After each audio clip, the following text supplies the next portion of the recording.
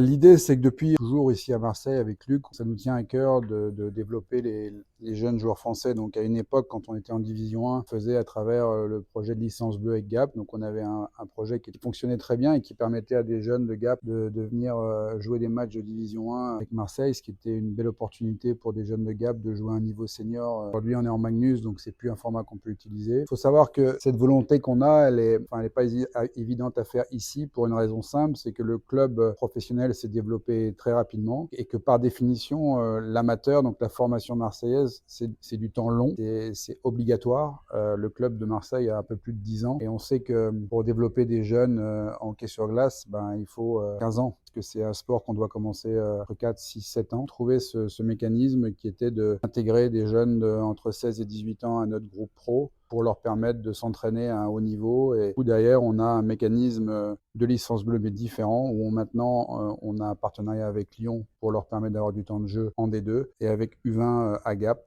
pour leur permettre d'avoir un temps de jeu dans leur catégorie. L'idée est d'avoir des jeunes qui sont complètement intégrés au club professionnel, qui s'entraînent à très haut niveau tous les jours, qui peuvent rentrer dans l'effectif dans la rotation de l'équipe Magnus, mais qui en même temps ont d'autres plateformes pour se développer à différents niveaux, ce qui permet pour eux de travailler différents aspects de leur jeu et d'être toujours dans un contexte d'exigence du haut niveau au jour le jour. Donc, ce mécanisme de licence bleue est un mécanisme qui est très positif, ce qui ça permet d'avoir une flexibilité, une possibilité pour les jeunes de jouer à différents niveaux. Par contre, quelque chose qui est très important là-dedans, c'est une bonne collaboration entre les staffs, puisque ça va être c'est difficile de programmer sur du long terme, ça dépend un peu des effectifs, des blessures, des différents collectifs.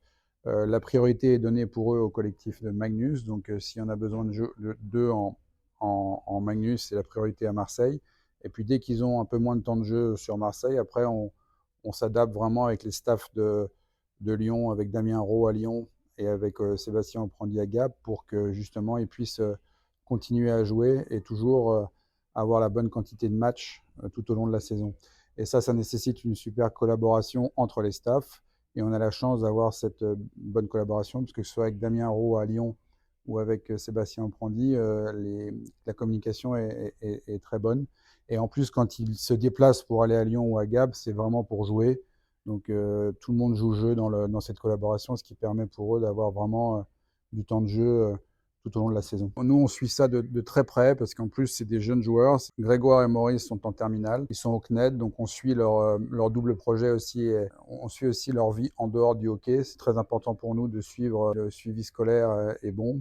En collaboration avec les parents de Noah en l'occurrence. Et puis pour Maurice, c'est plus direct comme relation. Greg, lui, est à l'université de droit, donc il suit ses cours. Il y a des aménagements qui sont faits pour lui. On pense aujourd'hui que le bon équilibre est trouvé, donc on reste très au contact de leurs sentiments, de leur vécu pour voir si tout se passe bien et s'il n'y a pas de problème global, de problèmes globaux dans leur vie, que ce soit en dehors du hockey, sur le hockey. Sur la partie purement hockey, c'est assez bluffant de voir à quelle vitesse ils font des progrès, parce que moi je suis persuadé que si des jeunes comme ça ont des capacités techniques et physiques adaptées, attention, parce qu'il ne faut pas faire n'importe quoi, que la meilleure manière pour des jeunes, et ça se voit dans d'autres pays de hockey, quand les jeunes ont le potentiel physique, technique, d'évoluer au plus haut niveau qu'est la Magnus, c'est ce contexte qui les pousse. Le contexte, en fait, c'est l'être humain, il est comme ça. Un athlète qui va être dans un contexte où il est obligé d'être concentré à 100% tout le temps, d'être alerte tous les jours, pour eux, s'entraîner à ce niveau-là, c'est un challenge, ça les pousse à être concentrés, à travailler les détails du haut niveau. Et c'est quelque chose qu'ils ont la chance de faire plus jeunes que d'autres dans d'autres clubs, qui arrivent parfois vers 20 ans dans les clubs pro. Eux, ils ont la chance de le faire à 16, 17, 18 ans.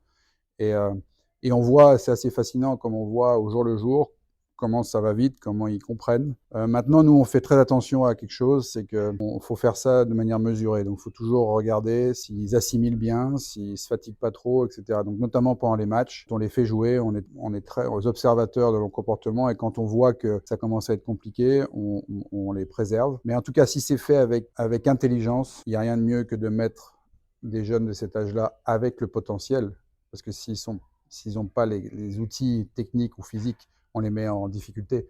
Mais s'ils ont les bons outils, il n'y a rien de mieux pour apprendre le haut niveau que d'être dans un contexte de haut niveau.